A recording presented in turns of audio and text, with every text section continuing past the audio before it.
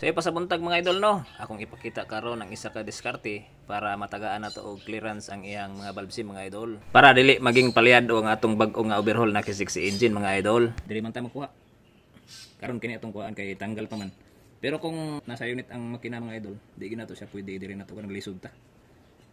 Kay matanggal man tag buog na camshaft mga idol. So atong ginahimo diri ta magkuha. Pero karon kay nag-overhaul man ta, natanggal man ang makina. Natanggal pa na dali ra tanggalon ang iyang camshaft. Diri na to siya birahan.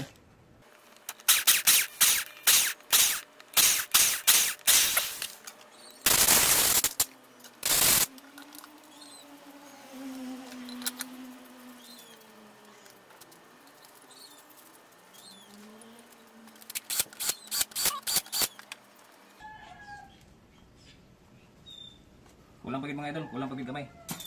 Laping na punta.